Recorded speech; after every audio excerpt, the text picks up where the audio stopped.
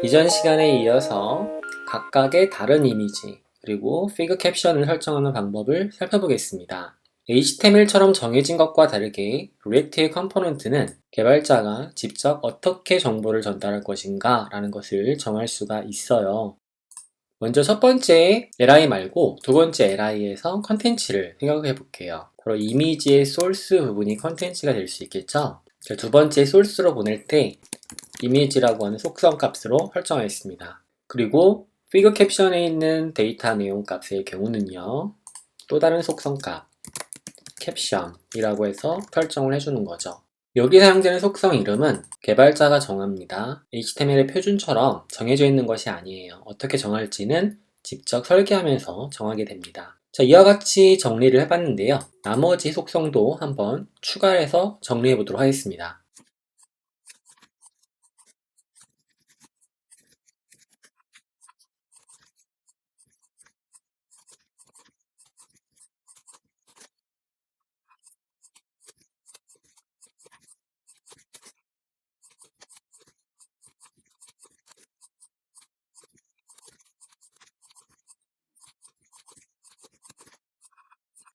자, 이렇게 해서 총 8개의 메뉴 아이템들을 각각 속성으로 전달하는 형태로 설정을 해봤어요.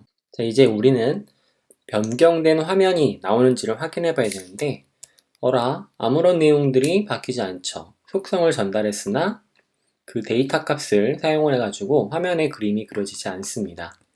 자, 왜 그럴까요? 이유는 이 해당 컴포넌트가 각각의 속성 값들을 받아서 처리하는 부분의 로직을 가지고 있지 않기 때문입니다. 자, 무슨 말인고 하면 이제 이 컴포넌트를 열어서 봐야 되겠죠? 자, 컴포넌트를 열어보게 되면은 이 컴포넌트 내부에는 어떤 동적 처리, 즉 데이터를 받아와서 처리하는 구조가 아니죠. 그냥 정적으로 동일한 것들을 반복적으로 뿌려줄 뿐입니다. 이 문제를 해결하기 위해서는 외부로부터 컴포넌트가 받아들이는 속성 값에 접근할 수 있어야 돼요. 함수의 매개 변수로 props라고 하는 properties의 약자겠죠? props라고 하는 속성 값을 한번 출력해 보겠습니다. 콘솔 열어볼게요. 열어봤더니 오브젝트를 각각 받는 게 보여요.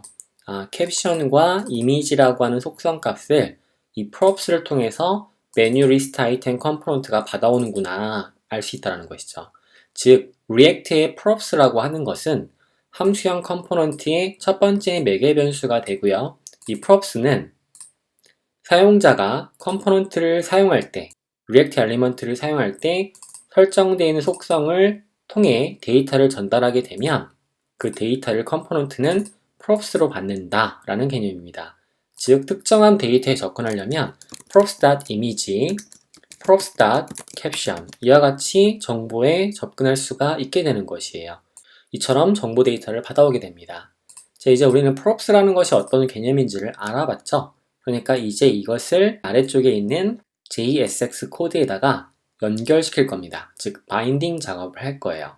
먼저 props의 이미지라고 하는 것은 이미지의 주소죠.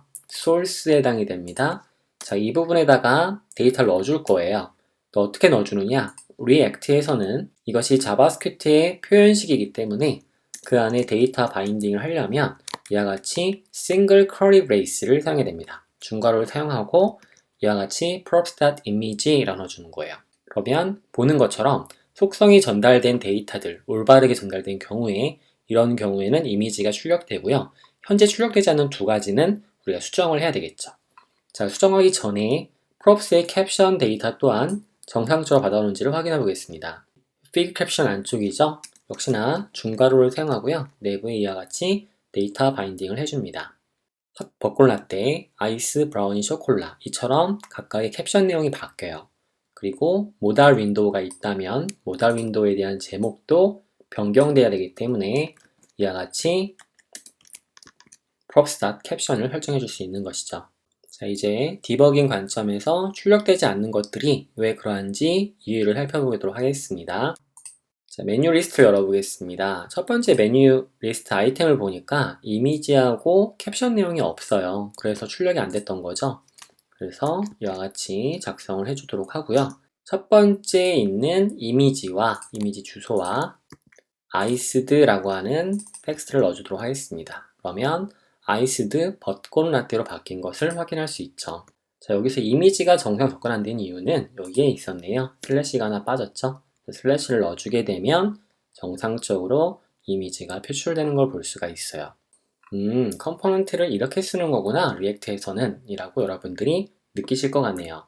그런데 너무 이미지 속성 값이 길다 보니까 코드를 보기도 불편하고 수정하기도 불편하겠죠? 그래서 공통적인 부분을 잘라서 정리해 보도록 하겠습니다. 둘, 셋, 넷, 다섯, 여섯, 일곱, 여덟, 총 8개죠. 이와 같이 이미지 속성을 줄여서 이름만 넣어보도록 할게요. 자, 이렇게 넣어준 다음에 컴포넌트에서는 어떻게 바꿔주면 될까요?